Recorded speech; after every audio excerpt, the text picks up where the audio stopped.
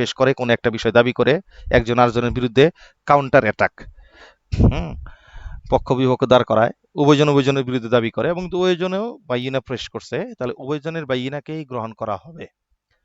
বাকি এখন কোন বাইয়িনা অনুযায়ী আমল করবে সেটার ফতোয়া দিতে যেয়ে বলতেছিলেন যে প্রথমত চেষ্টা করা হবে উভয়জনের বাইয়িনা অনুযায়ী আমল করার, অর্থাৎ জমা করার চেষ্টা করবে। যে জমা করতে সক্ষম না হয়, যে না দুইজনকে একসাথে আমল করা যাইতেছে না, তাহলে কি করবে, একজনের থেকে আরেকজনটা তার্জি দিবে। তো অজহে তার্জি আছে বেশ কিছু, এটা বলবো আমি। আচ্ছা, যদি তার্জি দেওয়া সম্ভব না, তাহলে দুইজনের বাইয়িনা বাতিল, এই মামলাই খারিজ করে দেওয়া হবে, অর্থাৎ দুইজনের বাইয়িনা বাদ।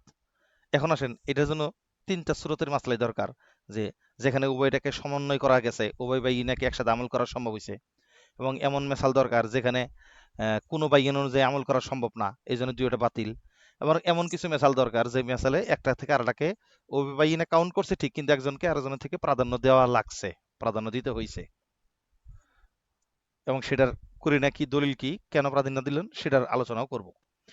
সেটা বলতে চাই। এবার আসেন, যে প্রথম যে মেসাল দিয়েছিলাম যে দুজন মিলে একটা জমি ক্রয় করেছে, আসলে কি মিলে কিনছে না, প্রত্যেকেই স্বতন্ত্রভাবে দাবি করতেছে এই জমির মালিক আমি। তো স্বতন্ত্রভাবে প্রত্যেকের মানে দাবি করতেছে যেহেতু, তাহলে এখন যিনি দখলে আছেন আর নতুন যিনি দাবি করতেছেন, তাহলে দখলদারের বিরুদ্ধে তিনি দাবি করলেন, আর যিনি দখল করে আইছেন তিনিও প্রকারান্তরে যিনি দাবি করতেছেন নতুন করে তার বিরুদ্ধে তিনিও দাবি করে বসছেন যে না এটা তো আমারই জমি। এই মর্মে যখন এই কথা বলা হয়েছে, তো স্বাভাবিক যিনি দাবি করছেন তাকে বাইয়িনা পেশ করতে বলা হবে, তো সেও বাইয়িনা পেশ করছে। বাইয়িনা পেশ করলে তো হবে না, প্রতিপক্ষ যে সেও বাইয়িনা পেশ করে ফেলাইছে, যেই দেখেন আমারও দলিল আছে, সুতরাং কি করবেন? তখন কাজী সাহেব তো একটা মাঝখানে পড়ে গেল না, মাঝখানে পড়ার সুযোগ শরীয়ত সহজ করে দিছে, যে আপনার টেনশন নাই, উভয় বাইয়িন অনুযায়ী আমল করার চেষ্টা করেন, যে এই জায়গায় আমল করা সম্ভব, কহা সম্ভব কিভাবে, কয় শতাংশ জমিনে দুইজনের ঝগড়া, বলে 10% বা 15%, মাঝখানে ডিভাইড করে দেন, ধরে নেওয়া হবে দুইজন মিলেই কিনছিল জমি, এটা উভয়জনকে কিছুটা কিছুটা হইলেও বুঝাই দেওয়া সম্ভব হয়েছে, এই জন্য ইনতাসাফা নিসফ করে করে দুজনকে দেওয়া হবে, তাহলে এটাকে আমল করা সম্ভব হইল। তেমনি ভাবে বলছিলাম যে একজন মৃত ব্যক্তি, তার ব্যাপারে আরেকজন এসে দাবি করছে যে উনি তো আমাকে ওসিয়ত করে গেছিল 1/3 সম্পদের, তো ভালো কথা, দলিল দেন। তো উনি তার বাইয়িনা পেশ করছে, যে অমুক অমুক সাক্ষী ছিল, অমুকের অমুকের সামনে বলছে, এই যে কাগজ উইলনামাও আছে, তাহলে তো দলিল পোক্তা, ভালো কথা। এবার আরেকজন আসলো, সেও এসে বলতেছে আমার জন্য তো 1/3 সম্পত্তির, 1/3 সম্পত্তির ওসিয়ত করে গেছে, আপনার দলিল, এই দেখেন এই যে আমার উইলনামা, এই যে আমার কাগজপত্র আছে, এই যে সাক্ষী আছে, উকিল সাহেব আছে, সব আছে, ভালো কথা। তাহলে তো দুইজনে বাইয়িনা পেশ করতেছে একই জিনিসের জন্য। তখন শরীয়ত বলবে কি, যে ঠিক আছে দুইজনে বাইয়িনা কাউন্ট করলাম, এখন আসো দুইজনের বাইয়িনা অনুযায়ী আমল করা সম্ভব কিনা, কয় সম্ভব। কিভাবে? বলে এখন যে পরিমাণ সম্পদের থেকে ওসিয়ত কার্যকর হওয়ার কথা সেটা হলো 1/3 সম্পদ, আর তোমাদের দুইজনের যে পরিমাণ দাবি দেওয়া আছে তাতে 1/3 সম্পদ থেকে দুইজনকেই সমানভাবে ভাগ করে দেওয়া হবে, দেওয়া সম্ভব যেহেতু, সুতরাং উভয়জনের বাইনের উপরে আমল করা সম্ভব হইলো এবং আমল করে ফেলবে। আচ্ছা, এখন আসেন এমন সুরত যেখানে যদি দুইজন বাইনে পেশ করে, তাহলে এমন কিছু সুরত আছে যেখানে কারো বাইনে অনুযায়ী আমল করা সম্ভব না, তার যদিও সম্ভব না, জমা করা সম্ভব না, একটা থেকে আলাদা প্রাধান্য দিবেন সেটাও সম্ভব না, বরং বাতিল করতে হবে। কেমন? একজন মহিলার ব্যাপারে দুইজন লোক আসছে, দুইজন বলতেছে যে এই মহিলাটা আমার স্ত্রী, কি এক বিপদ। সে এসে প্রথম জন এসে বলতেছেন ইনি আমার স্ত্রী, আপনার দলিল এই যে কাবিন নামা, কাগজ, সাক্ষী, সুবুত সব আছে। আর পরে আরো জন আছে, সেও বলতেছে এই আমার স্ত্রী, দলিল এই যে কাবিন নামা, অমুক জায়গায় আমার সাথে বিয়ে হয়েছে, এই যে দলিল আছে, সাক্ষী আছে, কাবিন ধরছি, এত এই সব আছে, কি একটা মুশকিল। এখন স্ত্রী তো এমন কোন জিনিস না যে দুইজনের ভাগ করে দিয়ে দিবেন, এটা তো সম্ভব না। এখানে মোশারাকা, যৌথতার কোনো বিষয় নাই, শরিকানা করা যায় না, যেহেতু এখানে কোনো জমা করার সিস্টেম নাই, এখানে প্রাধান্য দেওয়ার কোনো সিস্টেম নাই, কারণ উভয়জনই সমানভাবে দলিল প্রদান করছে, এখানে একজন থেকে আরেকজনকে প্রাধান্য দেওয়া যাচ্ছে না, আর এটা শরিকানা সম্পত্তিও হইতে পারে না যেহেতু এটা স্ত্রী। সুতরাং এই জায়গায় মনে করা হবে উভয়জনের বাইনাই ভণ্ড, উভয়জনের বাইনাই বাতিল, এটা দাবি কারোটাই গ্রহণযোগ্য হবে না, উভয় খারিজ। এবার দ্বিতীয় সুরত বুঝলেন? জি। আচ্ছা, এবার আসেন, যেখানে প্রাধান্য দেওয়া হবে একজন আরেকজন থেকে। এই বিষয়টাতে তারজি দেওয়ার জন্য যে কিছু কাওয়ানিন আছে, এগুলোর মোটামুটি ১০-১২টা আমি কালেকশন করছি। আমি এটা লিখে আপনাদেরকে ওই পিডিএফ আকারে দিয়ে দিব। কারণ এখানে বলতে গেলে অনেক লম্বা টাইম, ২-৩ দিন আবার ওইটাই ক্লাস নেওয়া লাগবো। কারণ ওগুলো প্রত্যেকটা আবার ব্যাখ্যা করা লাগবো যায়। তাছাড়া আমি জাস্ট খালি মানে মূল অজেতার যেটা, যে এই দুইটা বাইয়িনা যদি এক সমান হয়ে যায়, দুইজনে বাইয়িনা ফেস করে, তাহলে এই ক্ষেত্রে মানে কারটা থেকে কারটা প্রাধান্য দিব। তো ব্যবসা বাণিজ্যের ক্ষেত্রে এক ধরনের, বিবাহ শাদীর ক্ষেত্রে এক ধরনের, এমনি মৌখিক চুক্তির ক্ষেত্রে এক ধরনের, চলন বলনে কাজীর দরবারে আরেক ধরনের। মানে এক এক ক্ষেত্রে এক একটা অজেহ তার্জি পাওয়ার মানে ইল্লত আছে, অজহা আছে। ঠিক আছে, যে একটা বাইনা থেকে আরেকটা বাইনে প্রাধান্য পাওয়ার কিছু জায়গা আছে। তো ওই জিনিসগুলো আমরা বলবো, জাস্ট একটা দুইটা শুধু বলি। যেমন আপনারা জানেন যে বাইয়িনাতুল মানে মুসবিত মুকাদ্দামুন আল্লাহ বাইয়িনাতুন মানফি। ঠিক আছে, মুকাদ্দামুন অর্থাৎ এটাই একটা অজেতার্জি, যে কার বাইনাটা ইসবাতের পক্ষে আর কার বাইনাটা মানফির পক্ষে। যদি দেখা যায় না দুইজনে বাইনা ফেস করছে, কিন্তু একজনের বাইনাটা হলো ইসবাতের পক্ষে, অর্থাৎ কোনো জিনিস প্রতিষ্ঠা করার পক্ষে, আরেকজনের বাইনা হলো কোনো জিনিস এনকার করার পক্ষে, তাহলে যিনি প্রতিষ্ঠা করার পক্ষে বাইনা ফেস করছেন তারটাকে মোকাদ্দম অজেতার্জি হিসেবে তারটা কাউন্ট করা হবে, যদি দুইজনে বাইনা প্রতিষ্ঠা করে থাকে। আর যদি একজন করে তাহলে তার হিসাব আগের কত, আগের মতো বাইনা একজনের কাউন্ট হবে। আর যদি দুইজন প্রতিষ্ঠা করে তাহলে কার্ডটা এখন আমি মানে জমা করবো, যদি জমা করা সম্ভব না হয়, উভয়ের মধ্যে আমল করা সম্ভব না, তাহলে তার্জি দিবে। তার্জি দিব কিভাবে? দেখতে হবে কার্ডটা, রাখো এটা, খুলে রাখো। দেখতে হবে কার্ডটা ইসবাতের পক্ষে আর কার্ডটা মানফির পক্ষে। তো যারটা ইসবাতের পক্ষে তাকে তার্জি দিয়ে তার বাইনারি কাউন্ট করা হবে। এমনি ভাবে কেউ একজন ঋণের ঋণের কথা বলতেছে। কেমন? যে সাপোজ বলল যে কে মারা গেল কিছুদিন আগে, বাংলাদেশের বড় প্রথিতযশা একজন নেতা, কি নাম জানি, তোফায়েল আহমেদ। তোফায়েল আহমদ। তোফায়েল আহমদ মারা গেল না? আচ্ছা। তো তোফায়েল আহমদ সাহেব যেহেতু বাংলাদেশের প্রথিতযশা একজন রাজনীতিবিদ, ভোলার বেলাল আছে কিনা এখানে জানি না, ওর এলাকায় বাড়ি। তো যাই হোক, তো সেই হিসেবে ওনার সাথে বহুত মানুষের মুআমালাত মুআশারাত থাকতেই পারে। তো এখন তোফায়েল আহমদ কিন্তু বেশ দীর্ঘদিন যাবত অসুস্থ ছিল। একজন লোক আইসা সাপোজ ধরেন এই আন্দালিব রহমান পার্থ হিসাব দাবি করলো, যেহেতু তার আসনেরই লোক, এন্ট্রি, যে তোফায়েল সাহেবের কাছ থেকে আমি ১০ কোটি টাকা পাই। তো এই ১০ কোটি টাকা কখন আপনার কাছ থেকে নিছিল? যে উনি যখন সুস্থ ছিল, ওইটা ২০১০ সালের দিকে, তার মানে তিনি তখন টাটকা সুস্থ। আচ্ছা, ভালো কথা। এবার ওই এলাকারই পাশের তমিজউদ্দিন লালমোহন থানা, মানে ভোলারই আরো ২টা থানা আছে পাশের, ওই ২ থানার এমপি সাহেব হইলেন বর্তমান বাংলাদেশের স্পিকার, কি ব্রিগেডিয়ার জেনারেল, এনার নাম কি, বাংলাদেশের স্পিকারের নাম জানো কি বর্তমানে? মেজর, মেজর জেনারেল, কি নামের, হাফিজ, মেজর জেনারেল হাফিজউদ্দিন না? এখন হাফিজউদ্দিন যেহেতু তোফায়েল আহমেদ সাহেবের এলাকারই লোক, সমবয়স্ক মানুষ, হাফিজউদ্দিন সাহেব দাবি করলো যে আমি ওর কাছে টাকা পাই। কার কাছে? তোফায়েল আহমেদের কাছে। ভালো কথা, আপনি কোন পান? বলে যে, আমি ওর কাছে টাকা পাই হইলো যে মাস ৬ আগে, ভারী অসুস্থ, কোনো পয়সা পাতি নেই, খরচ করার মতো টাকা নাই, আমার কাছ থেকে ও টাকা নিছে। কত কোটি? বলছে ৪ কোটি টাকা। আচ্ছা, ভালো কথা। এখন দুইজনকে বলা হবে আচ্ছা আপনারা ভাই ইনভেস্ট করেন, আচ্ছা ঠিক আছে পান, কারণ এর কাছে সম্পত্তি আছে ৫ কোটি টাকার, এখন আপনার কার্ড দিব, কার দিব না, এটা এখন বুঝেন, হিসাবটা বুঝেন। এখন দুইজনে তো ভাই ইনভেস্ট করে ফেলাইছে। উনি সুস্থ সময় আমার কাছে টাকা নিছে, এই মর্মে সে ভাই ইনভেস্ট করছে। আর এই লোক অসুস্থ অবস্থায় টাকা নিছে, এই মর্মে সেও, হাফিজউদ্দিন সহ ভাই ইনভেস্ট করছে। একদম দলিল কাগজপত্র সব ক্লিয়ার। বলে এখন তো মুশকিল, একজনকে থেকে তো আরেকজনকে প্রাধান্য দিতে, আগে জমা করার চেষ্টা করতে হবে। বলে জমা করার চেষ্টা করে যায় এই জায়গায় না, জমা করা সম্ভব হয়েছে, কারণ কিছু টাকা ছিল, দুইজনকে কিছু কিছু করে দিবে। কিন্তু যদি এমন হয় যে না, আমি ধরেন এমন একটা বস্তুর মধ্যে বলছে যেটা জমা করা সম্ভব না, একজনই নিতে পারবো, এমন কোন একটা বস্তুর ক্ষেত্রে দাবি করে ফেলাইছে যে একজনে নিতে পারবে, আর মানে এটা জমা করা সম্ভব না, তখন কি করবেন? তখন দেখতে হবে সুস্থ মুহূর্তের ঋণের দাবিটা কে করছে আর অসুস্থ সময়ের ঋণের দাবিটা কে করছে। যিনি সুস্থ সময় ঋণের দাবি করছেন ওর দাবিটা হলো মোকাদ্দম, তার্জি পাবে। যিনি অসুস্থ সময় ঋণের দাবি করছেন তারটা তুলনায়, এই যে এটা একটা অজেহ তার্জি। এরকম ক্রয় বিক্রয়ের ক্ষেত্রে, বিবাহ শাদীর ক্ষেত্রে, ঋণ দাইনের ক্ষেত্রে, চলন বলনে মুআমালাত মুআশারাতের ক্ষেত্রে প্রত্যেক জায়গায় জায়গায় ভিন্ন ভিন্ন অজেতার্জি আছে। তো সেটা ইনশাল্লাহ আগামী ক্লাসে আবার ওখানে আলোচনা হবে। এখানে আজকে আমাদের নতুন যেটা উসুলুল ইফতা এবং আদাব ক্লাসের এসে সবাই ধীরে ধীরে বাইরে হয়ে গেছে ক্লাস থেকে, বুঝলাম না কাহিনী। এই টাইমটা তাকে ঘুমের টাইম নাকি? এটা তো 10:30 বাজে, গ্রামগঞ্জেও তো এখন ঘুমায় না মানুষ। কিছু ছাত্র মনে হয় নতুন বিয়ে করছে তো।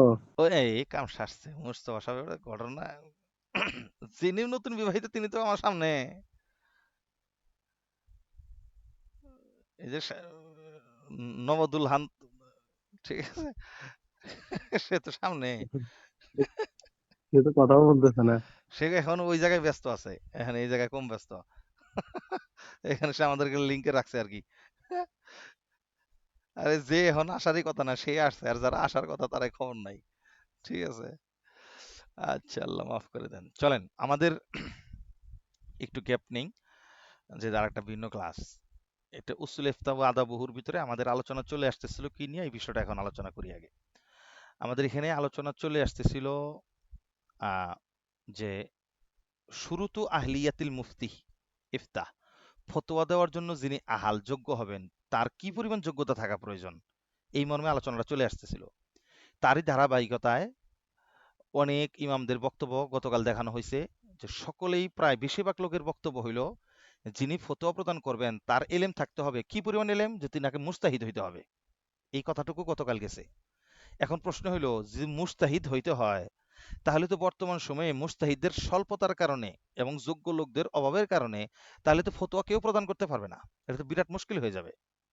এই কারণে পরবর্তীতে মুতাআখিরিন ফুকাহে কেরাম এটাকে কিছুটা তাওয়াসসু, অর্থাৎ সুযোগ দিয়েছেন, অবকাশ দিয়েছেন, যে মুস্তাহিদ না হইলেও যদি একজন মুকাল্লিদ তিনি তার ইমামের মাযহাব সম্পর্কে মুতাবাহির হয়, তার নুসুস সম্পর্কে জানে এবং তার মাযহাব সম্পর্কে, তার কিতাব সম্পর্কে সুস্পষ্ট ধারণা থাকে, তাহলে এমন মুকাল্লিদ হওয়া সত্ত্বেও তিনি তার ইমামের বরাত দিয়ে ইমামের কিতাব থেকে তার মাযহাব নকল করে তার ফতোয়া সে নকল করতে পারবে। এই যোগ্যতা মানে এই অনুমতি পরবর্তী ফোকায়ে কেরাম দিয়েছেন। সেইটারই ধারাবাহিকতায় এবার আসতেছেন কলা ইবনু দাকিক আল ঈদ। ইবনু দাকিক আল ঈদ উনি একজন বড় ফকিহ মুহাদ্দিসও ছিলেন, শাফি মাযহাবের উনি উনি 702 হিজরিতে ইন্তেকাল করছেন। ইবনে হাজার আসকালানী রহমতুল্লাহের কিছু সিনিয়র সে। ইবনে হাজার আসকালানীও মানে শাফি মাযহাবেরই ছিলেন। বাকি যে জিনিসটা হলো, আনোয়ার শাহ কাশ্মীর রহমতুল্লাহ এই বক্তব্যটা দিছেন যে ইবনু দাকিক আল ঈদ যদিও শাফি, কিন্তু ইবনে হাজার আসকালানির তুলনায় তার শব্দ চয়ন, তার গাঁথনি, তার মেজাজ, তার তবিয়ত, তার সালিকা অত্যন্ত এতদালপূর্ণ ছিল, ভারসাম্যপূর্ণ ছিল এবং তার কথাগুলো কাউন্টেবল, গ্রহণযোগ্য।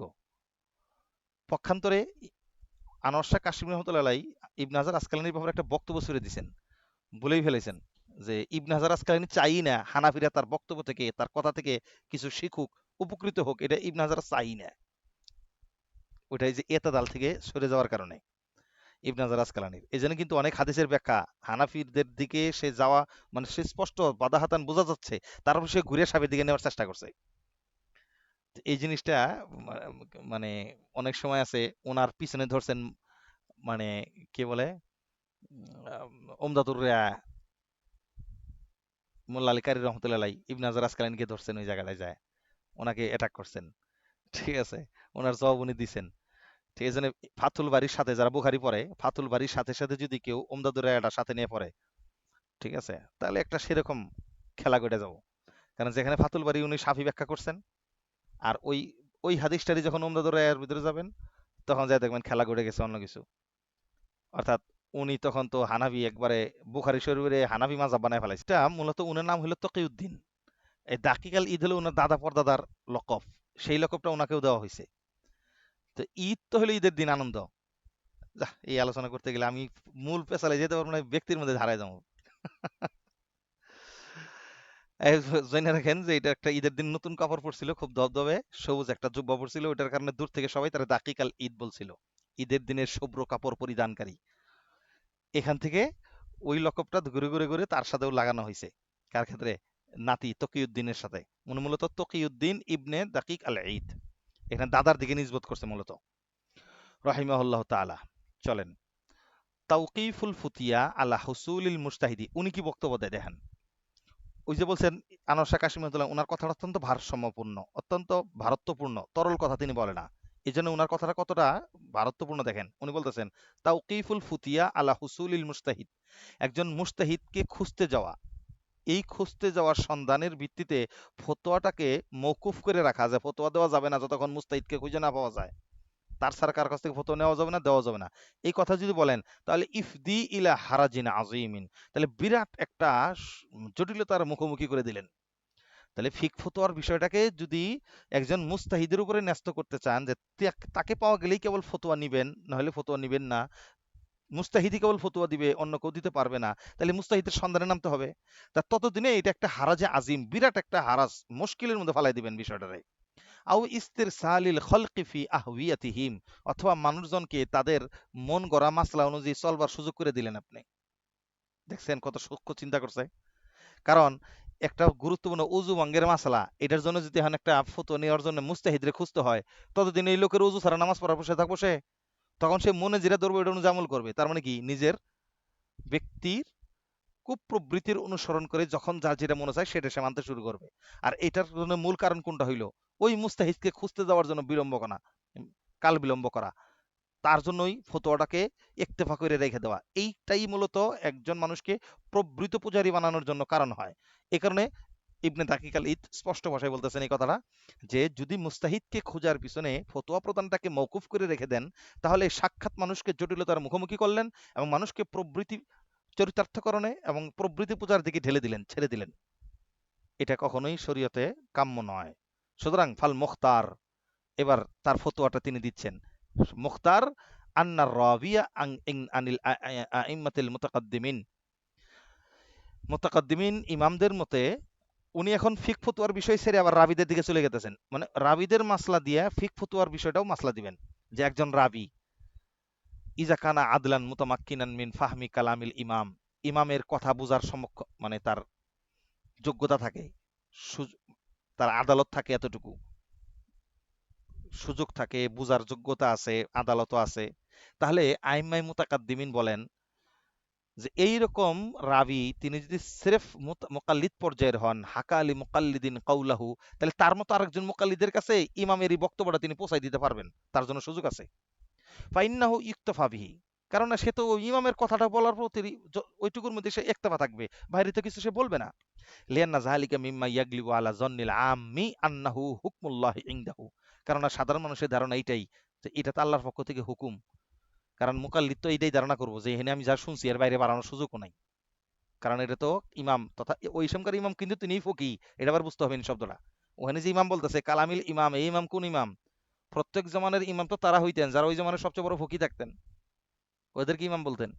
ঠিক আছে, তো সেই ফকি সাহেবের বক্তব্যটা শোনার সাথে সাথে ওনাদের সাধারণ মুকাল্লিদের দিলেও, আর সাধারণ মুকাল্লিদ বলতে এখানে ওই ধরনের মুকাল্লিদ যার ফিক ফাকাত সম্পর্কে কিছু ধারণা আছে অবশ্যই, হ্যাঁ, তিনি ওই ইমামের বক্তব্যটাই নকল করার জন্য যথেষ্ট মনে করবেন, এবং সাধারণ মানুষ এটাই মনে করে এটা শুধু আল্লাহর পক্ষ থেকে একটা হুকুম মাত্র।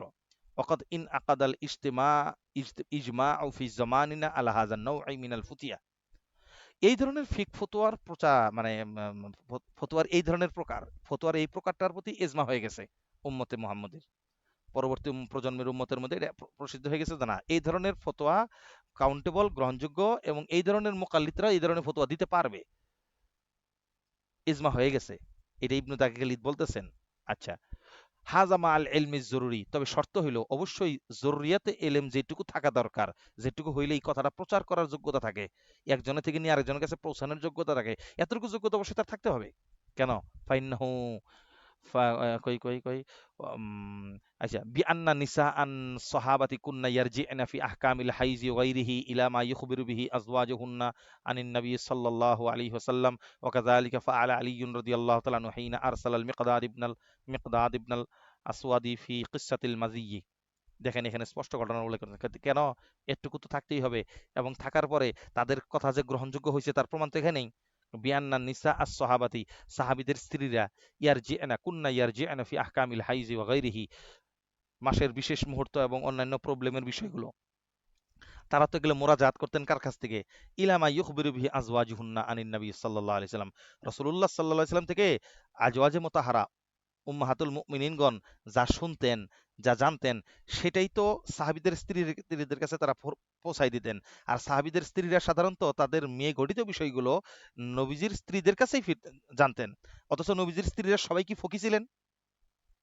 ছিলেন না। কিন্তু সবার এইটুকু মালাকা ছিল, রাসূল সাল্লাল্লাহু আলাইহি সাল্লাম থেকে যা শুনছেন হুবহু ওইটুকু পৌঁছাই দেওয়ার যোগ্যতা সবার ছিল। সাহাবীদের মধ্যে যেরকম সকলেই ফকি না, নবীদের স্ত্রীদের আম্মাজানদের মধ্যে সবাই তো ফকি ফকি আম্মাজান ছিলেন না। ঠিক আছে? তাহলে কি বোঝা গেল যে ফিক ফাকাহাত ইজতিহাদের যোগ্যতা না থাকা সত্ত্বেও এই ধরনের একজন ইমামের কথা, নবীজির কথাকে বাস তার থেকে নিয়ে আরেকজনের কাছে পৌঁছায় দেওয়ার যোগ্যতা যেহেতু ছিল, পৌঁছায় দিছেন। এবং সেটা ওই জমানায় আরো সহজ ছিল এই জন্য যে যদি সেই কথাটা ভুলও পচতো, সেটা শুধরানোর সুযোগ ছিল।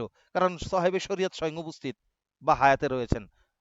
যদি খটকাল লাগতো, কনফিউজড হইতো, তো তারা আবার নবীজির কাছে অন্য সূত্রে আবার জানবার চেষ্টা করতেন যে আপনি কি এমন কথা বলেছেন কিনা, এটার ফতো এরকম কিনা, এমন আলোচনাই করেছিলেন কিনা, জানবার সুযোগ ছিল। আচ্ছা, এবার আসেন একই কিচ্ছা আলী রাদিয়াল্লাহু তাআলা আনহু করছিলেন। উনার তো আপনারা জানেন ঘন ঘন মজি বের হইতো, যার কারণে কিন্তু বেশি গোসল করতেন, এই কারণে কিন্তু মাথা মুন্ডায় রাখতেন। এই জন্য এটা কেউ মাথা মুন্ডানোকে সুন্নতে আলী বলে, এটা সুন্নতে আলী হইতে পারে না। সুন্নত তো একটা উচ্চ পর্যায়ের বিষয়। ঠিক আছে? উনি রোগ থাকার কারণে এটা করতেন, মাথা মুন্ডাইতেন, আর রোগটা ছিল ঘন ঘন তার শুক্রাণু বের হইতো। এখন প্রশ্ন ছিল, উনি দেখতেন যে অনেক সময় অপেক্ষাকৃত কম তরল পানি বের হয়, ঘনটা না। তো তখন তার সন্দেহ ছিল এই বিষয়টা নিয়ে। উনি নিজে যেহেতু শ্বশুর নবীজি, তার কাছে জিজ্ঞেস করতে পারে না, লজ্জার বিষয়। যার কারণে তিনি মানে মিকদাদ ইবনে আল আসওয়াদ রাদিয়াল্লাহু তাআলা আনহুকে দিয়ে পাঠাইয়া বিষয়টা জিজ্ঞেস করাইছেন হেকমতে। তো এখন দেখেন তো, মিকদাদ ইবনে আল আসওয়াদ রাদিয়াল্লাহু তাআলা আনহু তিনি এই এই বিষয়টি স্পষ্ট অনুধাবন করে নবীজি থেকে নিয়ে আলী রাদিয়াল্লাহু আনহুর কাছে পৌঁছায় দিয়েছেন। তাহলে আরেকজন থেকে তথ্য নিয়ে এটা আমাদের পর্যন্ত পৌঁছায় দেওয়ার ব্যবস্থা করছেন, অথচ যিনি জানিয়ে আসতেছেন তিনি ফকি সাহাবী নয়। অফি মাসআলাতিনা আজহারু। আর আমাদের বর্তমান সময়ে পূর্বের ইমামদের বক্তব্য, পূর্বের ফকিহদের বক্তব্য আমাদের কাছে পৌঁছে দেওয়ার বিষয়টা, আর ওই সময়ের এই দুইটা ঘটনা, নবী সাহাবীদের স্ত্রীরা নবীজির কাছ থেকে সরাসরি কথা না শুনে মধ্যসূত্রে কার কাছ থেকে শোনা, আলী রাদিয়াল্লাহু আনহু সরাসরি নবীজির থেকে ওই মাসআলা না শুনে মধ্যসূত্রে কার থেকে শুনলেন, অথচ তারা কেউই মুজতাহিদ ছিলেন না, অনেকেই ছিলেন না, কিন্তু কাউন্টেবল ছিল। এজন্য বলছেন আমাদের মাসলায় তো এই সুরতটা আরো জহের। ফাইন্না মুরাজাআতান নবী সাল্লাল্লাহু আলাইহি সাল্লাম ইজ যাকা মুমকিনাতুন, কেননা ওই টাইমে তো রাসূল সাল্লাল্লাহু আলাইহি ওয়াসাল্লাম বেঁচে ছিলেন, তার কাছে সরাসরি মুনাজাত করার সুযোগ ছিল, তথাপিও এটা চলছিল। আর এখন তো নবীজি নাই এবং সেই ফকিরাও নাই, তাহলে তো মুরাজাতের কোনো সুযোগই নাই। এখন এই মধ্যসত্ত্বাদের কাছ থেকে ফিক ফতোয়া নেওয়া ছাড়া তো কোনো বুদ্ধিই নাই। এই কারণে বলতেছেন যে ফাইন্না মুরাজাআতান নবী সাল্লাল্লাহু আলাইহি সাল্লাম ইজ যাকা মুমকিনাতুন, নবীজির সময় তো সেটা মুরাজাত সরাসরি নবীজি থেকে করা সম্ভব ছিল। ও মুরাজাতুল মুকাল্লিদিল আন লিল আইম্মাতিস সাবিকিন মুতাআজ্জিরাতুন। আর বর্তমানের মুকাল্লিদের জন্য পূর্ব চলে গেছে 200 250 300 বছর আগেকার যারা ইমাম ছিলেন, তাদেরকে কিভাবে সে অনুসরণ করবে, তাকলিদ করবে কিভাবে, তার তার কাছ থেকে সরাসরি মুরাজাত করবে কিভাবে, এটা মুতাআজ্জিরা, অসম্ভব। ওয়াকাদ আতবাকান নাস ওয়ালা তানফিজ আহকামিল কযাত। আর এইদিকে আহকামুন নাস, আতবাকান নাস মানে ইত্তেফাকান নাস, সমস্ত উম্মত একমত, আলা তানফিজ আহকামিল কযাত, একজন কাজী যে বিচার করবে সেটা কার্যকর করার প্রতি তারা একমত। মা আদামি শারাইতিল ইজতিহাদিল ইয়াউম, যদিও একজন কাজীর মধ্যে ইজতিহাদের যোগ্যতা না থাকুক, কিন্তু বিচারক তো বিচারকই, এই ব্যাপারে সকল ফকিহ কেরাম একমত। বিচারক যদি মুজতাহিদ নাও হয়, তার বিচার কার্যকর হবে, সমস্যা নাই। কার্যকর হওয়ার জন্য, কারণ বিচারকের বিচার কার্যকর হওয়ার জন্য, ফয়সালা কার্যকর হওয়ার জন্য ইজতিহাদ শর্ত না। যদি বিচারকের বিচার কার্যকর হওয়ার জন্য যদি ইজতিহাদ শর্ত না হয়, তাহলে তো বাতরিকে আউলাই আমাদের একজন মুফতি যিনি মুকাল্লিদ, তিনি মুস্তাহিদ না হইলেও তার ফতোয়া গ্রহণযোগ্য হবে। এটাকে তিনি ইবনে দাকিক আল-ঈদ বুঝাইলেন। ওয়ালাকিন্না জাওয়াজ আল ইফতা ইলিল মুকাল্লিদি মানাহু আন্নাহু নাকিলুন লিল ফতোয়া ইমামিহি।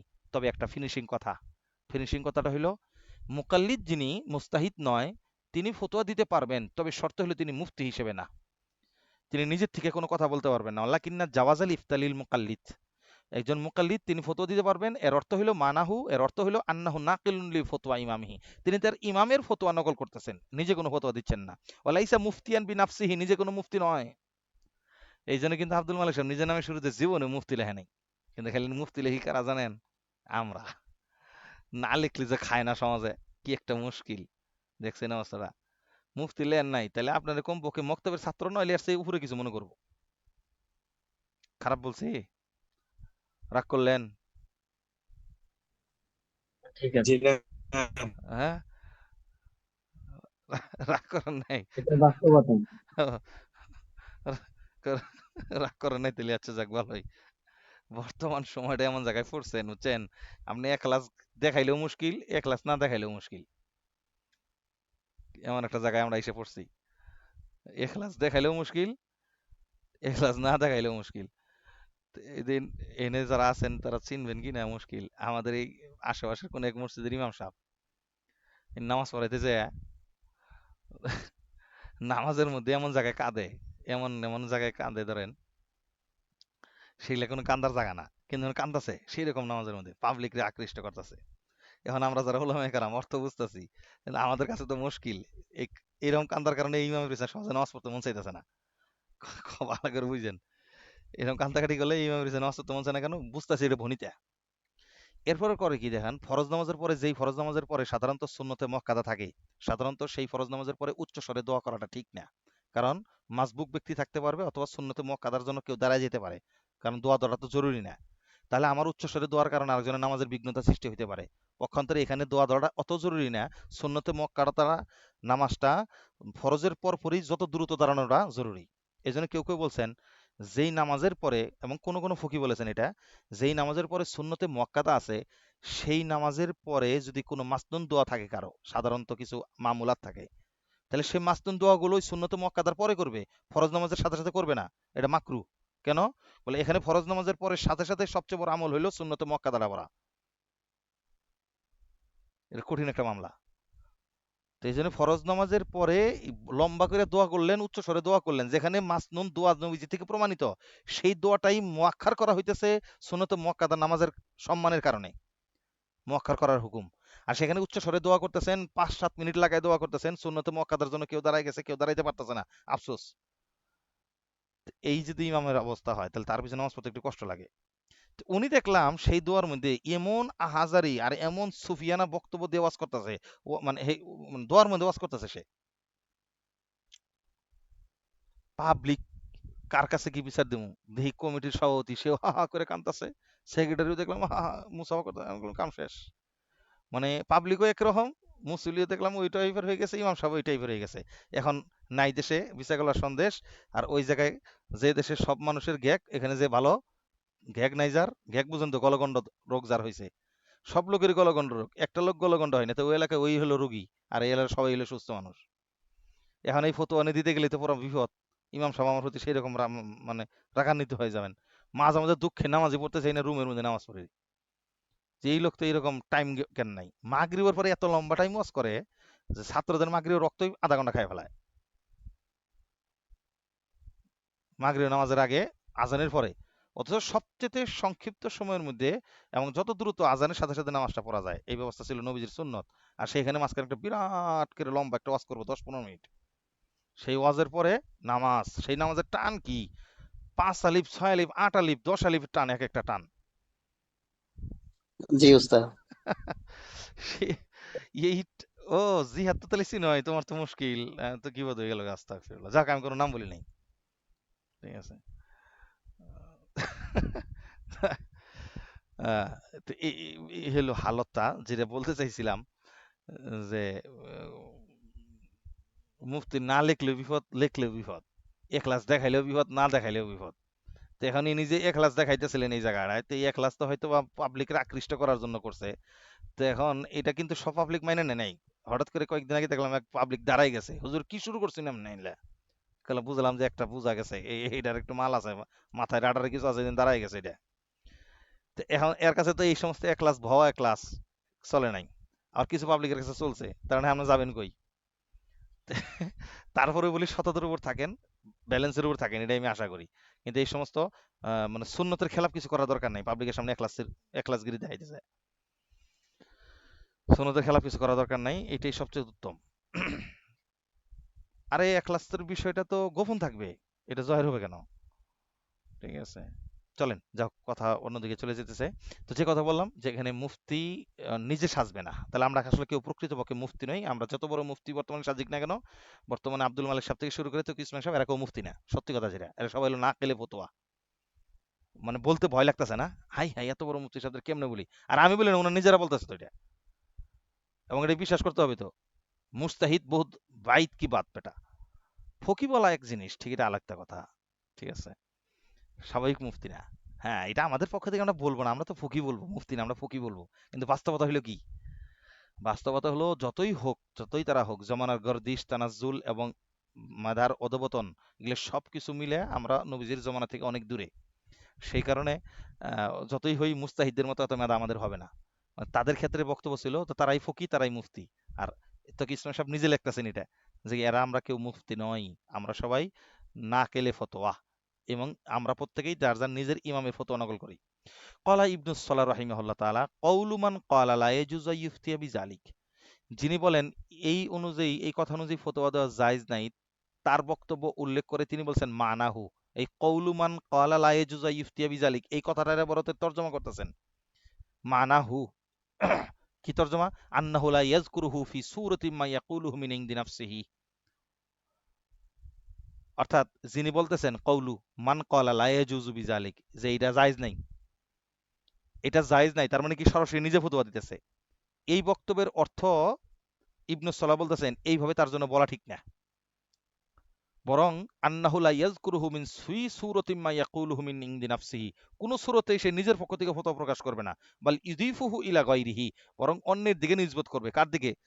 যে কিতাব থেকে তুমি ফতোয়া নকল করতেছো সরাসরি সেই কিতাবের বরাত দিয়ে তার নাম উল্লেখ করবে। ওয়া ইয়াহকিহি আন ইমামিহি আল্লাযী কাল্লাদাহু, বরং তার ইমামের দিকে নিসবত করবে, যদি ইমামের কথা এটা হয়ে থাকে, যাকে তুমি তাকলিদ করো, আল্লাযী কাল্লাদাহু, যাকে সে তাকলিদ করে, যে মাযহাবের অনুসরণ করে, তার দিকে নিসবত করবে।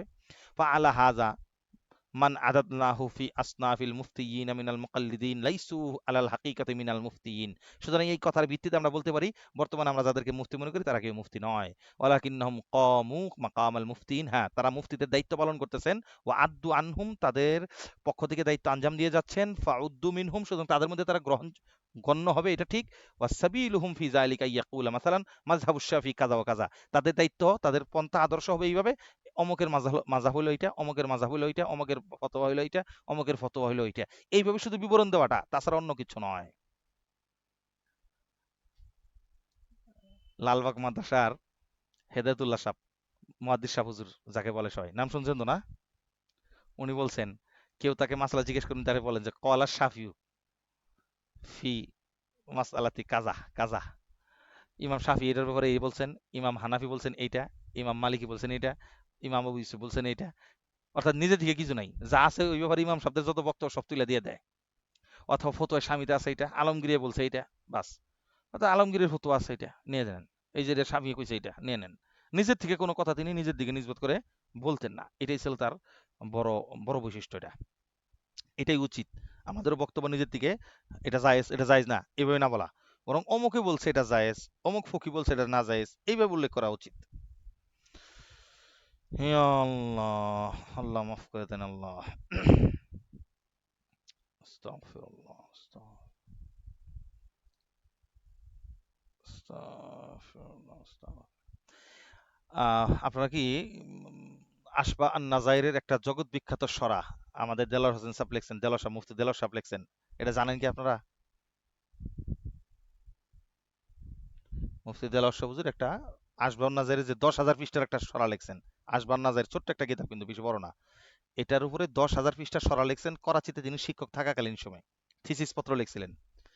ঠিক আছে, ওই সরাটার নাম হলো আশরহুন নাদির, নাদির, আশরহুন নাদির আলাল আশবাহ অন নাজায়ের।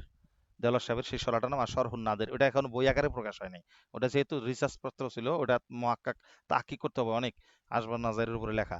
আমি চেষ্টা করছিলাম ছাপাই নেওয়ার জন্য, 10,000 পৃষ্ঠা, এটা ছাপাই দিতে গেলে বিশাল খরচ হয়ে যায়, মানে এটা সিস্টেম ছাড়া খরচ হয়ে যায়। বুঝছেন নি? তবে এটা ওই ইয়াতে আছে, আকবর কমপ্লেক্সে আছে। কোনো সময় যদি জাদুঘর মনে করে দেখে আসার ইচ্ছা হয়তো ওখানে যে দেখে আইসেন, কারণ এটা এক সময় তো প্রকাশ পাবে, হয়তো উনি ওনার সন্তান বা ওনার কোনো ছাত্র ওটা মহাক্কাক করে তো অবশ্যই প্রকাশ করবেন। 10 খণ্ডের হয়ে গেছে আসবান নাজারের, 10,000 পৃষ্ঠা তো 10 খন্ড, আরো 15-20 খন্ড হয়ে যাবে এটা। 20-22 খণ্ড হয়ে যাবে, বিরাট কিতাব লিখে ফেলাইছে। আচ্ছা, সুতরাং কি কথা দাঁড়াইলো এখন? কথা দাঁড়ালো যে আমরা মুফতি সাহেবরা যারা মুফতি নাম প্রকাশ করেন তারা মূলত কেউ মুফতি নয়, তারা মুফতি সাহেবদের জায়গায় মুফতি সাহেবদের ভূমিকা পালন করতেছেন, তারাও মুফতিদের মতো কাউন্ট হবে, গণ্য হবে, কথা সত্য, কিন্তু প্রকৃতপক্ষে তারা কেউ মুফতি না। এটাই যেমন তকি ইসমাইল সাহেব বোঝাতে চাইলেন। বরং তারা ফতোয়া দেওয়ার সময়, মাসলা বলার সময় বলবেন এইভাবে যে অমুক বলেছে এটা, অমুক বলেছে এটা, অমুক ইমাম বলেছে এটা, নিজেদের দিকে কোনো নিসবত করবে না। কথাগুলো কি বুঝতে পেরেছেন?